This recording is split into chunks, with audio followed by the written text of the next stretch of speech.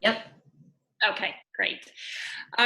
So as Hannah mentioned, we're gonna walk through some basic concepts that we like to prepare our volunteers and our interns and our staff before they start working with clients. And I'd also like to take a moment just to say thank you to all of you for your generosity. This is something that really our clients are in incredible need of. And it's something that we can't provide on our own at NSC. So thank you for volunteering your time in this. I'm sure everyone is struggling with something right now, but thank you very much. This document that Hannah sent out earlier, we're going to skip over some of this basic mission statement, vision statement, things like that. I know you've done that a little bit before. And there's also information here for you to look at later on. Okay. So to give you a sense of who we serve, these are the countries that we serve all over the world. Over 110 countries, I think we're up to now, people speaking over 30 languages. So there's quite a variety. So when we talk about cultural awareness, we say it in the broadest of terms because there's so many cultures, communities within each country. There's multiple cultures and communities, and then there's individuals. So there's no way to sum up what, you know, a family from Congo is like. There's no way to sum that up. But more, we'd like to just point out that there are so many cultural considerations to just be aware of that, be aware of any assumptions you're making, or, you know, we always try to think if someone is saying or doing something that might be culturally appropriate in their home, household, country of origin, that might be a little bit different for us, and just take some care there. So these are the countries we serve, the communities we serve. On your, you know, after tonight, you can also take a look at some of these videos. They're very short, but they'll give you a sense of the types of things that we're talking about. And they're actually, I don't, oh yeah, these all click into our YouTube video. So you should be able to access all of this. Okay, so I'm actually going to skip to the trauma-informed piece first. I realize that that really should be before we talk about confidentiality and boundaries. So just by answering in the comment box, who before has heard of trauma-informed practice, and how familiar are you with it? Just in your chat box quickly so I can get a sense.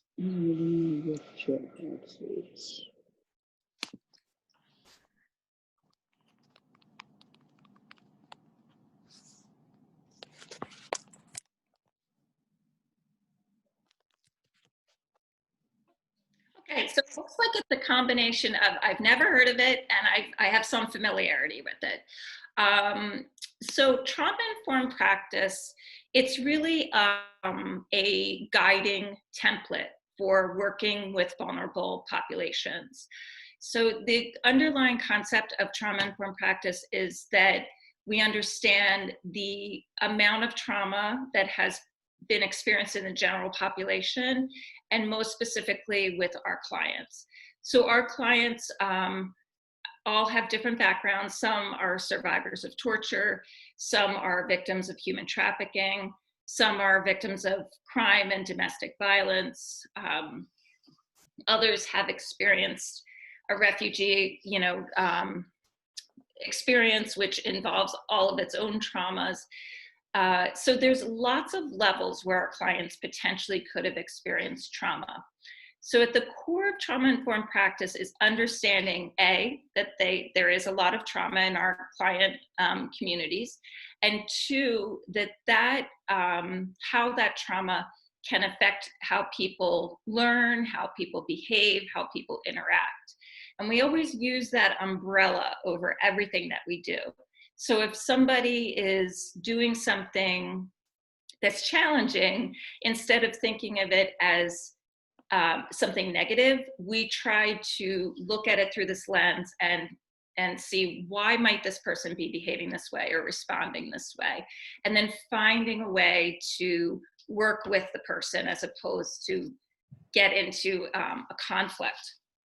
The core components of trauma-informed practice are safety, choice, collaboration, trustworthiness, and empowerment. So if we think of these, we usually talk about this when we're working in case management, but actually in education, it's extremely important as well. And if you've never looked at the ACEs study, ACES study, I really recommend that you check that out. You can find it online. There's been a lot of research about how trauma affects all of our systems, all of our personal systems. So as we're working with clients, we always want to ensure that they're safe. And I mean that in lots of dimensions, that there's lots of choice, that there's a sense of collaboration, that they can trust you, and that we're always looking for ways to empower our clients, not just do things for our clients. Even though sometimes maybe that might seem easier in the moment, it's really not what we do. We really look to empower our clients. Okay, so with that in mind, we're going to skip back here to confidentiality and boundaries. So without even getting into this quite yet, who thinks they can connect why confidentiality is so important in trauma-informed practice? Well,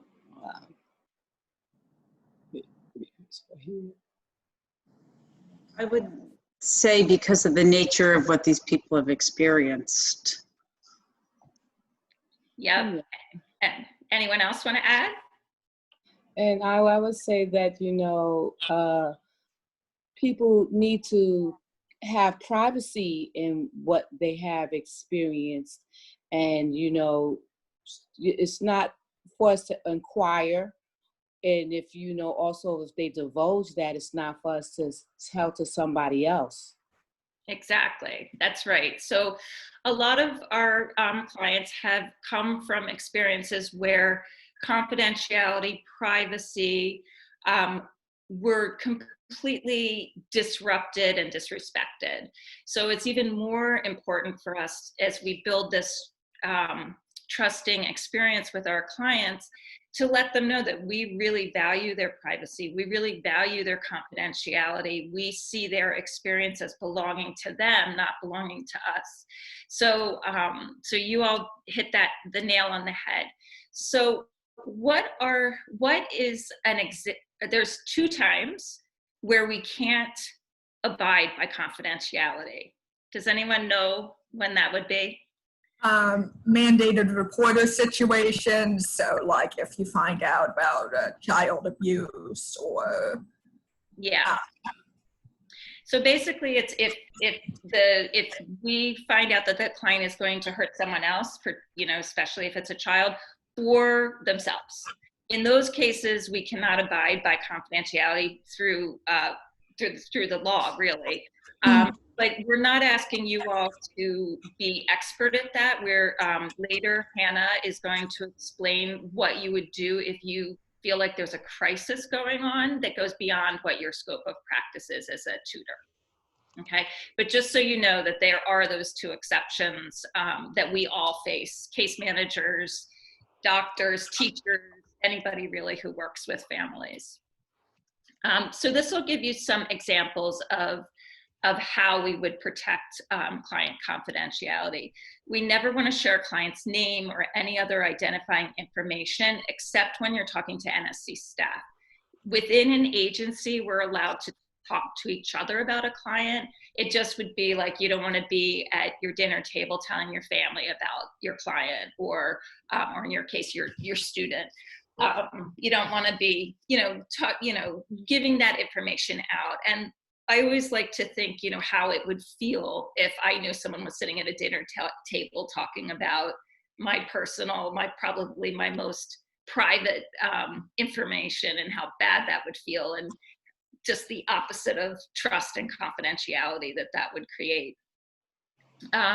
You never want to share anything on social media about the people that you're working with. It's okay to promote NSC. We always encourage that. But as far as the particulars of what you're doing with your students, we ask that you not share anything on social media. You don't want to share the client's phone number or address, or even the school that they attend, except when you're talking to NSC staff. You never want to be taking a picture of a client or video if you're working on Zoom or whatever. You never want to record anything like that. And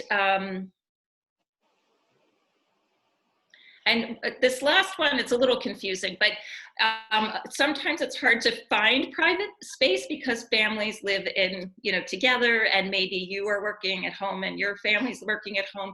But as best you can, finding a little bit of private space. And if you can't, or you see that the student is working with a lot of family members around, just be aware of the conversation that you're keeping and making sure that it's something that you understand there's other people witnessing. We also want to make sure, we'll deal with this in boundaries, I guess, but are there any questions or comments on that piece? Well, someone did ask about if someone else, if that client, the person that we're assigned to, if they tell us about someone else that's hurting someone else, or that if they tell us about someone else that is hurting themselves, at that point, will we apply the mandating the court? Yeah, like I know that if a student were to tell their teacher about a parent abusing, themselves or their siblings, then the teacher would be mandated to report. Does that also apply to us? Or? Yeah, so what I would say for you is for all what we call critical incidents, which include mandated reporting or a medical emergency or any other type of emergency that you're sort of becoming aware of, I would say that you need to get in contact, and we're going to tell you the people that you'll contact. It's Hannah, Betsy, our supervisor, and myself, and we'll make sure you have those emails, that you'd want to contact us immediately so that we can talk you through our protocols for that.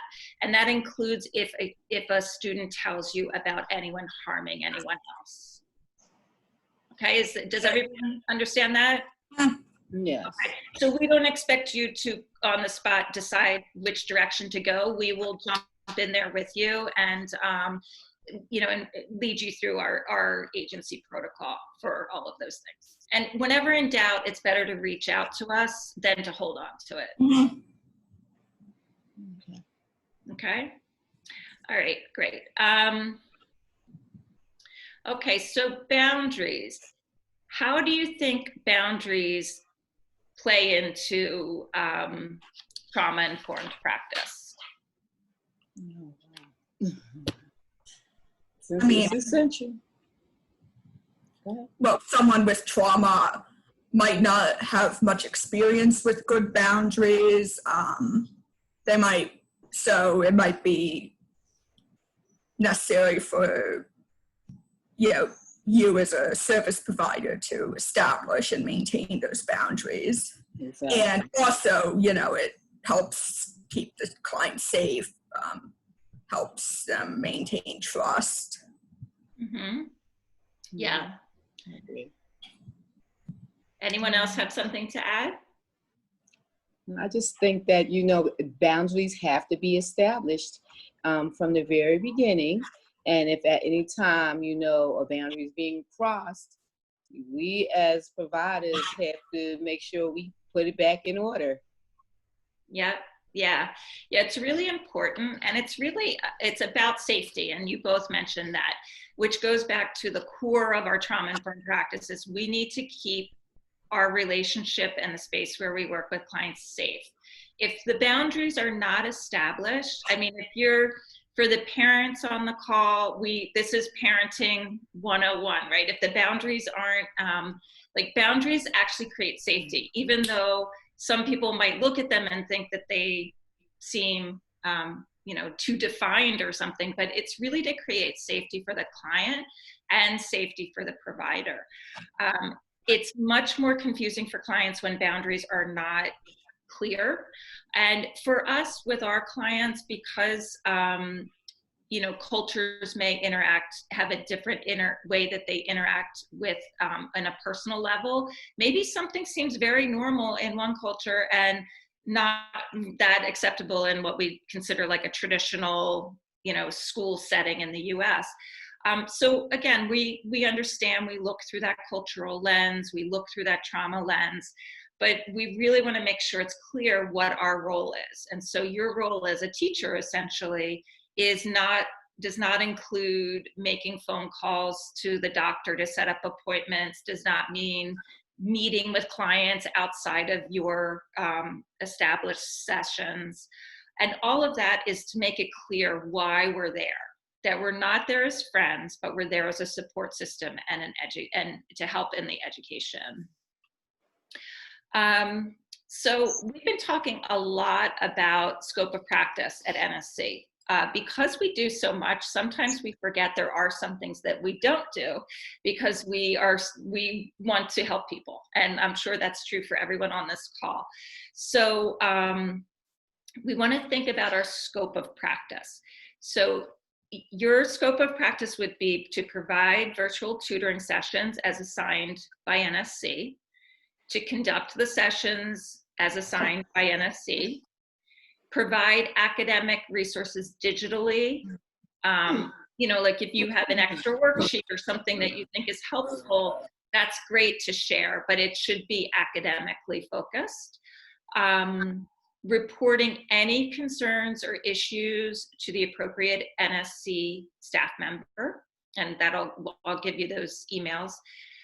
Develop a working relationship with your client and also maintain appropriate boundaries, and establish appropriate communication boundaries. And what I mean by that is if you're getting texts at 9 p.m. on Sunday evening from your client or from your student, and that's not your established time, next time you talk to your student, really make sure that they understand when you're available. Make it a professional time frame, and don't be available at all times. And that's something that we have to really remind even our case managers, because our clients trust us and they reach out to us for help about different things, but we have to make sure that we're working within that time frame. What's out of our scope of practice is providing any sort of materials, money, food, clothing, household goods, anything like that would be out of scope. If you have a client that you think is in need of any of those things, let us know and we'll send them through the appropriate service in NSC that can help them with those things. Connecting clients to other people and organizations outside of NSC, we ask that you don't do that. If you have a great suggestion about a student connection, just let one of us know, and we can try to figure out how best to manage that. No escorting clients to appointments, interacting with the school directly, or interacting with students outside of their session. And again, not making yourself available 24/7.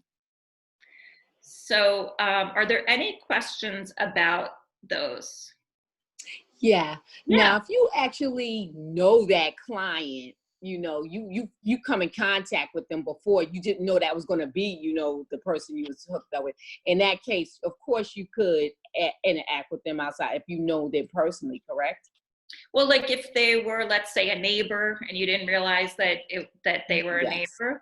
Yes. So I would say if you're a long-standing friend of the family or something like that, but I would just make sure that you let Hannah or Betsy know that, just so that we're aware of the relationship.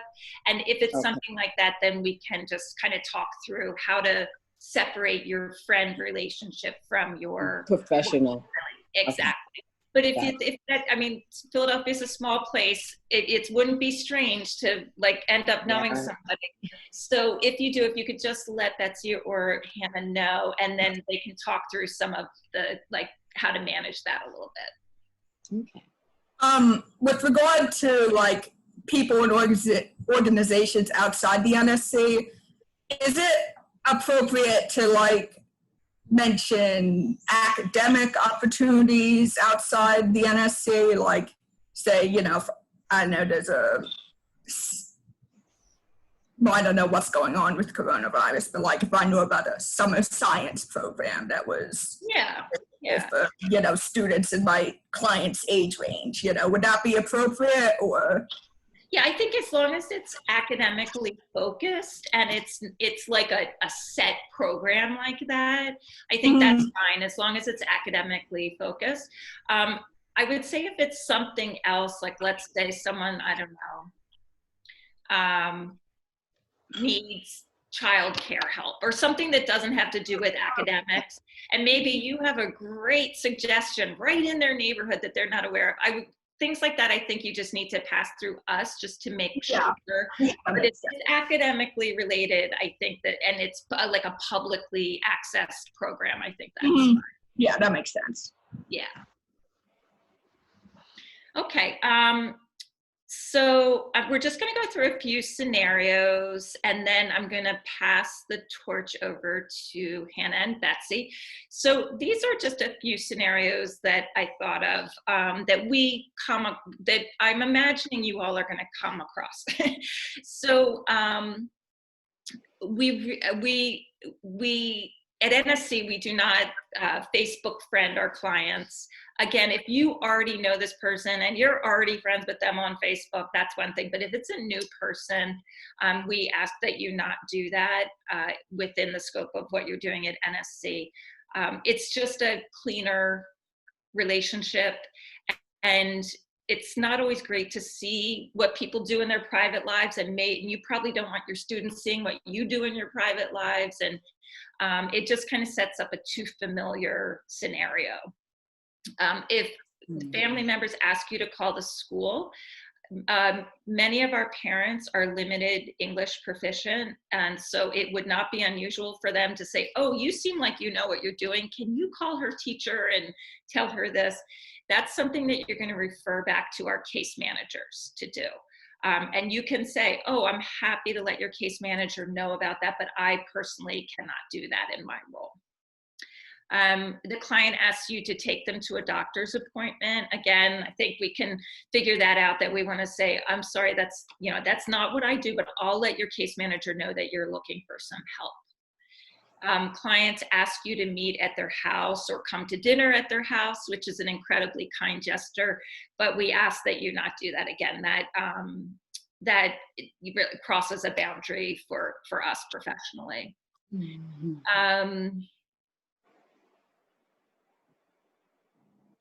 Clients ask you to find an apartment or a house right in this time period. I would imagine that this could come up in conversation. But again, even if you know of a great apartment that's available in their neighborhood, I would say, I'm going to let your case manager know, and then maybe let you tell the case manager, hey, I happen to know about this apartment that's in this neighborhood, which would be perfect for them. But we ask that you not do that directly with your clients. Asking questions, Aisha mentioned this, that our clients have all kinds of things in their trauma histories that we don't want to bring up on our own. If someone brings something up and they start telling you about their home country or their experience, it's okay to have some interaction like that, but I would say be careful not to get too deep into those conversations. And we definitely don't want to ask a lot of questions about people's home countries or their families. We don't know if someone, has lost their whole family, lost a child, is separated from their family, and that could really trigger someone when we're not expecting to do that. Yeah. So any questions about that piece? No, pretty good. I have a question. Yeah. I was wondering, so you're talking about like modes of contact. Are there modes of contact that are more or less common? You're talking about like phone number, for example, or email. Do people usually contact by email or phone, or what's the sort of deal with that? Yeah, so I'm gonna hand that over to Hannah because I'm not quite sure how it's being handled within this context. I think it's gonna depend on the family, but if there aren't any other questions about trauma-informed care, confidentiality, or boundaries, just I'll give one last shout out. Okay, Hannah, can I hand that over to you as you move into this section? Sure. Yeah. Okay. Laura, to your question, we're not like mandating one way of communication over another because every family is different in sort of the ways that they're comfortable communicating with us at NSC and with you as volunteers. Not everyone uses email, for example, or wants to give you their personal phone number or things like that. When I send out your match informations, you will get sort of the information that I have about the best way to contact them, whether that is through phone or through email. It probably won't be something other than that. But that will all come in an email when you learn about who you're going to be working with towards the end of the week. Okay, great. Thank you so much. Yeah. I'm going to let Betsy start with this. Okay, great. Hi, everybody. I'm Betsy. Gwen, that was really great. And I feel like you just touched on so many things, but I guess I'm going to talk about case management concerns, safety concerns, and then Hannah is going to do scheduling sort of in next steps. So with the case management concerns might cover a lot of the things that Gwen was talking about that might be things that a case manager would help with. And we are going to send you the case manager's information and email and name of the family when you get your match. So you'll have that contact. And also you can always CC us on that if you feel like there's a reason that you need to reach out to the case manager. You know, for example, they suddenly said, oh my gosh, we lost all the social security cards and I can't find them anywhere, or things like that. Those would be things that, but another thing that Gwen said is, the first thing is they should reach out to the case manager. They have their case manager's information. So really a lot of this stuff is not going to happen. You know, they're in touch with their case manager all the time and tell their case. This is all just in case. We just want you, you know. The time you spend with your student should be, you know, working on multiplication problems, or, you know, that's what we're hoping. We're trying to take these things away from your time with your students so it can be spent supporting them in online virtual learning. So, yeah, anything that would seem case management-y or directed sort of towards, you know, they said, oh, you know, I'm trying to fill out a rental assistance application and could you quickly look at it for me? And I know it'd be so easy to be like, yeah, sure, hold it up to the computer and let me quickly see. You just don't necessarily want to get on that. So definitely send that off to the case manager. And then safety concerns, we're going to kind of classify that as emergencies or crises, anything like that. And again, hoping this doesn't happen to anybody. But if so, I'm Betsy. Hannah, you know, so Betsy Smith, Hannah Gelman, Gretchen Schanfeld is our supervisor, and Gwen was just speaking. So those are our emails, and the email pops up on our phones right away. So we'll, you know, you can send an email to all four of us if there's some kind of emergency scenario that you see happening in the home while you're working with your student. Mm-hmm. Hannah? Great. Great, yeah, hopefully. Yeah, so all of that, again, is just, you know, some of this is worst case scenario, but we want you all to know so that you feel like in the event that anything like this does happen, you know who to contact, who to go to, and we'll help you sort of walk through those protocols, as one was saying earlier. As far as scheduling goes, so hopefully I will have everyone who has sent me clearances so far. I actually have matches for you now, which is really exciting. Those of you who haven't sent clearances, once you send them, I'll match you with somebody, but hopefully you will have sort of the information that you need to start working with someone by the end of this week. And that you'll receive an email that has sort of the student's name, the name of their caregiver, the email and/or phone number for the family, so the best way to get in touch with them for scheduling, their age, school, grade, and the case manager's name and email as well, just so that you have all of that in one place should you need any of it. As we said in one of the info sessions that you attended, we are asking you all to sort of take responsibility for scheduling with the clients that you'll be working with. It's good to sort of communicate that directly.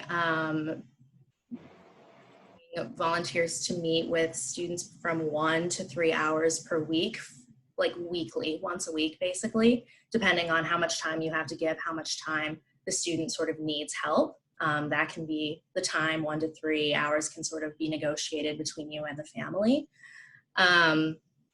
But we're asking that you reach out to the family sort of once you get the information next week and say, hi, they know that you're calling. The case managers have asked them if they wanted someone to help their kids, and the case managers have told them that someone will be contacting them about this.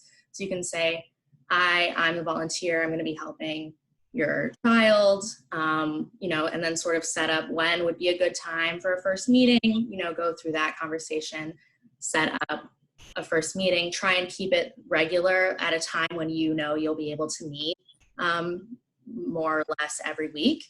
And then, you know, remind them that they have a meeting so that we can try and get as many people connected as possible.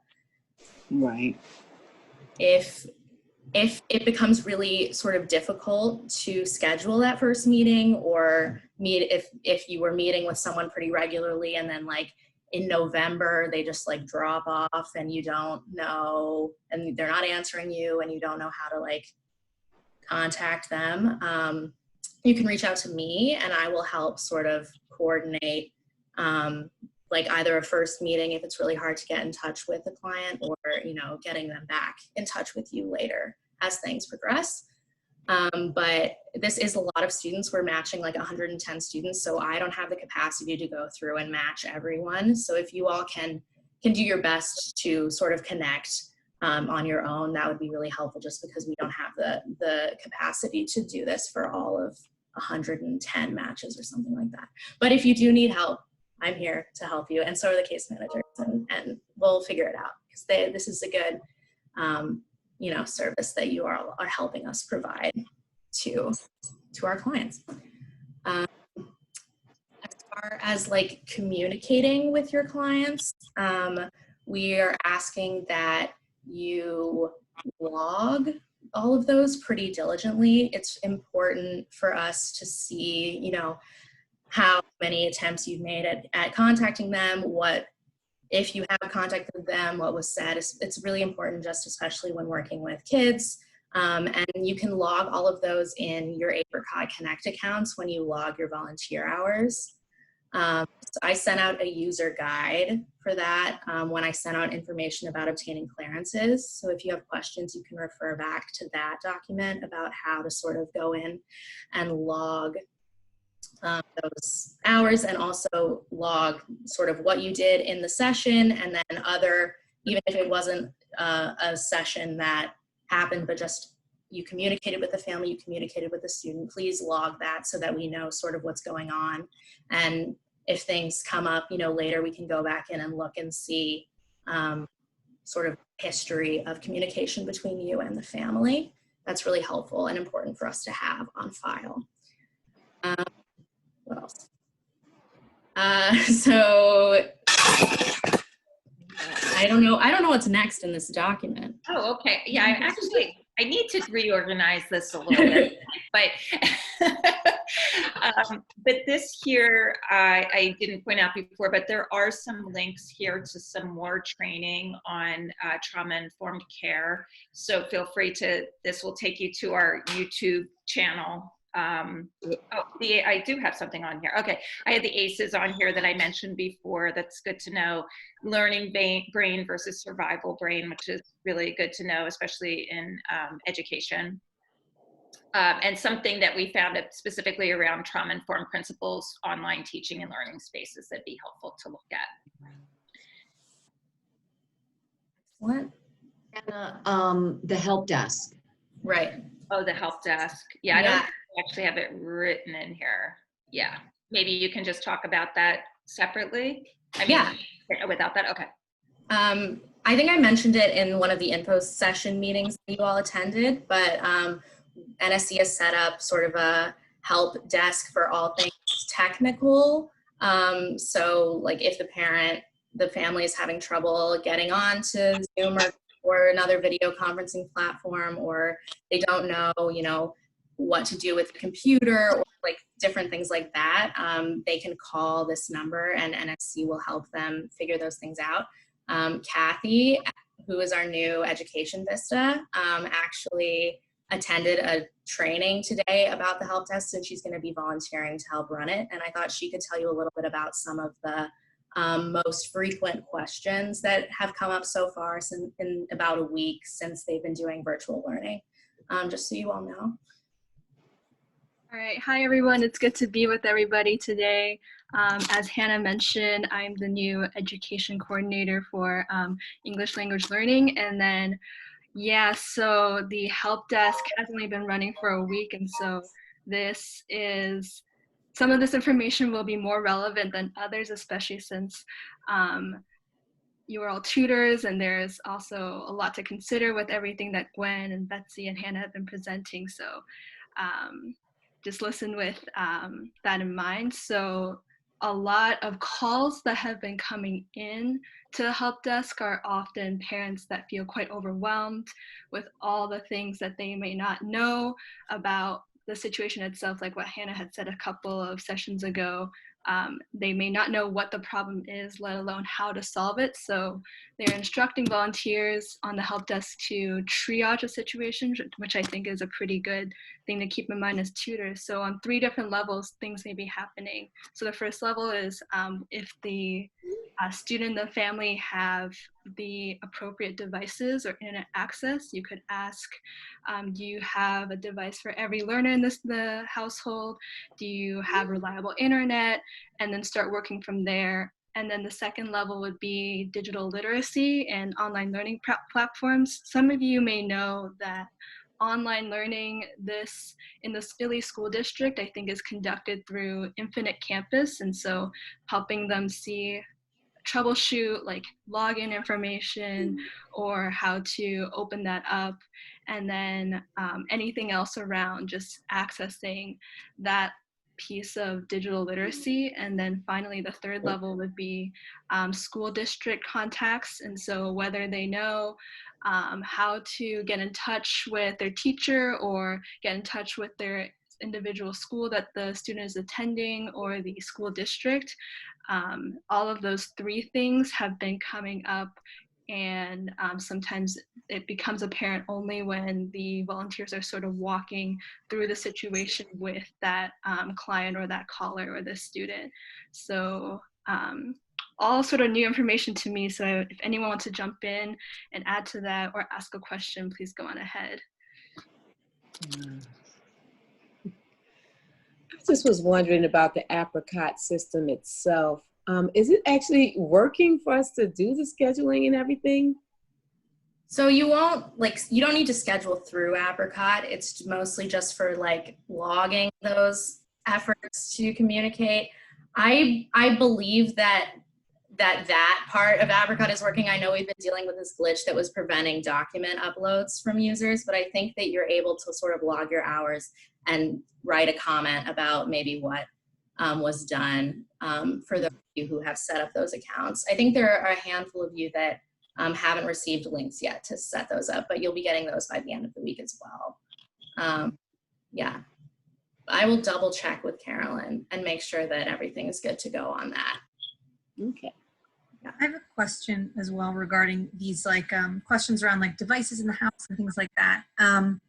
Is that something that like what I envision is like, you know, day one or the first point of contact where we're getting in touch with somebody, we like should make sure that we're asking these questions? Is that like, you know, part of our responsibility to be like, No. you know, okay, that's what The help desk, which is a different, that's a place that the families have the phone numbers they can call. If those issues are coming up, they should call the help desk. Okay, so we can just As refer opposed to your homework help. Yeah, I'd refer them to. Because like we said, we don't want you guys to spend, you know, 45 minutes talking about Chromebooks when, you know. That's what I was thinking. Yeah, right. Okay. So in terms of like being able to communicate with families, I'm not quite sure like who our clients are in this particular space. So like, is this something where we're going to need to try and get a translator to connect, or are we going to assume a certain level of like ability to communicate in terms of like connecting with parents or a student? That's like one question. Then also in terms of like actually doing homework help, given like depending on the level of a student, I'm an ESL teacher, so I know like sometimes teachers assign, like gen ed teachers assign homework to like ESL students that's just like literally impossible. And like how might we navigate situations where students are showing us something that they are unable to do, given that it's like not appropriately scaffolded or whatever? Sorry. Yeah, as far as language access goes, we're not providing volunteers with access to translation to schedule. Hopefully all of the families that were referred to this have, you know, at least some English with which to do the scheduling. If that becomes a real issue, that's one of the times in which you can reach out to me and I can, you know, get in touch with the case manager about scheduling a first meeting using sort of our interpretation systems. But as far as like as a rule, no, volunteers in this program won't have access to translation interpretation. Betsy, I don't know if you want to talk a little bit about this. Yeah. I would say I know exactly what you are talking about with getting the assignment. I'm sure there is going to, that be part of what's happening. I think you can't work with the kid 5 hours a day and get through all the, you know, biology homework that seems like impossible to do. So, you know, just take the hour or the 2 hours to maybe help them kind of understand in general, maybe, you know, what your best instincts there are going to be what we would think would be the best thing to do, you know, and have them feel good, maybe having accomplished something, you know, in their time with you, and even them maybe be able to tell a little bit like what's happening in school if there's like such a huge gap between what's being assigned. And but that could be something that you could always email us too, like there's a huge gap, who knows, maybe we can try and get in touch with the, you know, the teachers at the school, because again, you guys are, you know, advocates in this huge situation of going to, you know, virtual learning. This is very hard. This is going to be really difficult for a lot of people. So whatever your instincts are and whatever you want to share with us is great too. What platform are we going to use to tutor? Like, are we using Skype? Are we using Google Classroom? What do the parents have that we could use? So I think the school district is all through Google Meet, Google Classroom. That's like what the school district is using Philadelphia to do this. We're not, again, mandating that you use that.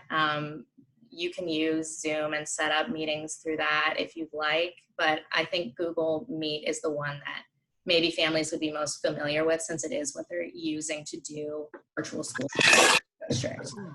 Okay. Is Google Meet free to have? 'Cause I know for Zoom, if the free account's only like 40 minutes at a time. Right. I believe Google Meet is if you have a Gmail account that you have access to it for free. And Okay. all of the students in the Philadelphia School District do have like school district issued Gmail emails through which to do this. So they have access to it on that end as well. Okay. I have a question. Yeah. So is it okay to text instead of calling? I think you can.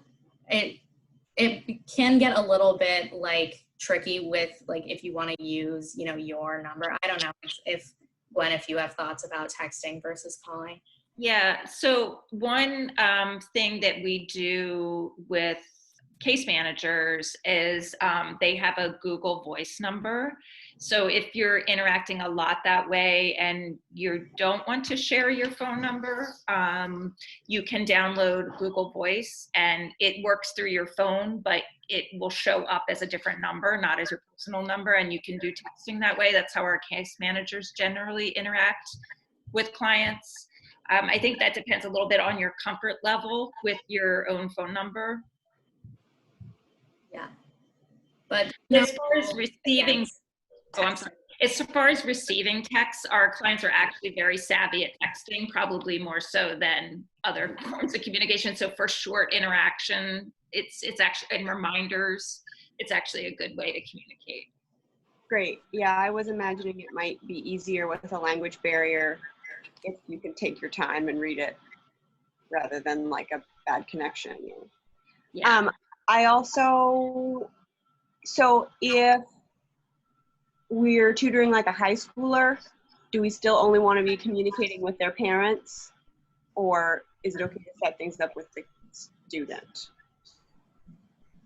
I think it can be okay as long as you like have talked to the parent or the caregiver at the outset. I think it's okay to transition to scheduling with the kid directly. Mm-hmm. I think that's okay. Okay. Yeah, I would not really initiate that, but if they initiated it, then I wanted to know if that was acceptable. Yeah. It would also set up a way to, once you connect with your student about what they should do if they have to cancel, how they let you know. So that's a great sort of texting scenario. You know, if something happens and they can't control it, or you have to cancel for some reason. But I would set that up with the student at the beginning, or if with a younger child with the parent. I have a question regarding the clearance forms. So I don't reside in Pennsylvania, so this is a little more strange to me.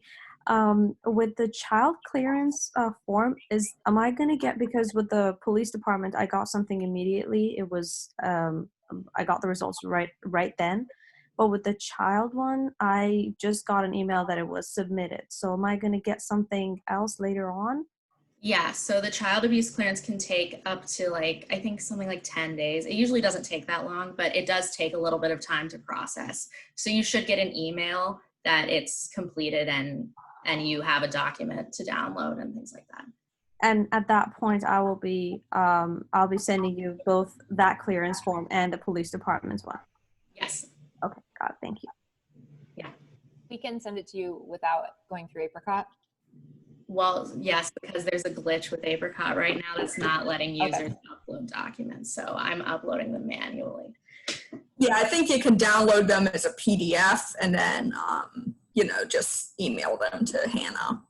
Yeah, that'd be perfect. And a lot of people have already done that. Thank you very much.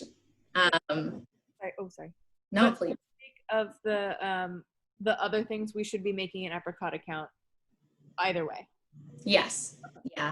Just to log your hours and then also all of that sort of good communication information for us to know. Yeah. And those of you who don't already have the information you need to set up those accounts will be getting those hopefully tomorrow. That those accounts up. I'm just noticing here a question. What do we do if the student doesn't need an hour's worth of help? Again, you know, if that week there wasn't many new assignments, everything, that's okay. You know, you don't have to stay on with them for an hour. Sometimes they might need no screen time. You know, some people need to step away from the screen. Or if you think it's a good time just kind of to talk, maybe have a conversation, that's good too. So you can feel that one out, I'd say. I just don't know if there's any other questions here that we maybe didn't see. I see the help desk number. We'll definitely send that out to you too. Is there something we haven't answered that someone? Betsy, I see one. It says, who would I contact to ask for a preferred client? I'm not sure what that, does that mean that you know somebody already? Lois, does that mean that you knew someone already that you wanted to connect with? No, I meant like since I come from Cameroon, I was wondering if I could get someone from Cameroon. Ah, okay. Yeah. I can note things like that. I can't, you know, promise that there'll be a one-to-one match for things like language or sort of country of origin and things like that, but I can try and match people as best I can based on those similar experiences. So a lot of you have already sort of denoted when you applied that you have other language skills and things like that, and I have been using those to match you with students. But for things like that, I'll definitely, you can email me if anyone else has preferences like that, and I'll try and do the best I can to match that way. Technically, you'd be doing that once you receive the clearance forms, right? So if in that email we embed, for example, I'm from this country and I speak this language, if it's going to make life easier, you could match me with someone from that origin or whatever. Right. Okay. Yeah. Great. Yeah. Wanda, you can send your clearances to Hannah. Hi, Wanda. Yeah, you can send them directly to me. Hi, Wanda. Yeah, I already did. I did that about 10 minutes ago. Excellent. I had them from the first day. So I didn't, yeah. Excited to check my email after and upload.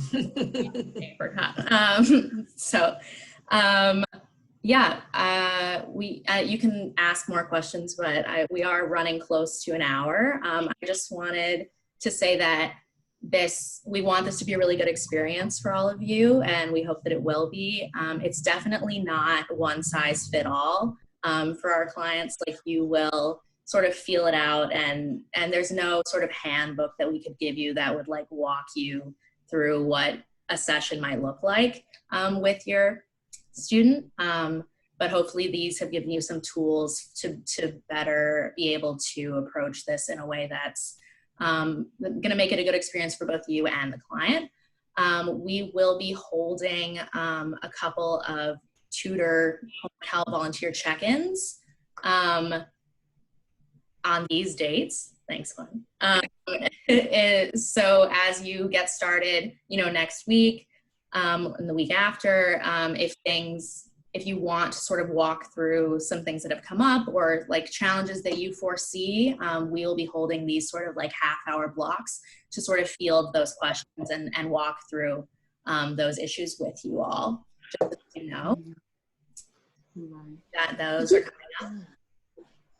Did you get my clearances? I didn't know if you got them. I'm Aisha Abdul-Ali. I will check in Apricot and I will send you an email that says, yes, I have them, or can you send them to me again? No, I sent it directly to you like a week or so ago and I didn't get a response. I just wanted to make sure. Yeah, I probably have them. But after this meeting, I'll double check and I'll for sure send you a response and say, yes, I have. Okay. Also, Hannah, I saw there's a question about having the number for the helpline to share with families. We do have a flyer that has sort of how to do that, how to get involved in the youth group if they're not already involved. And then I'll just kind of tweak it a little bit so you can also add your case manager's name, the case manager you're working with.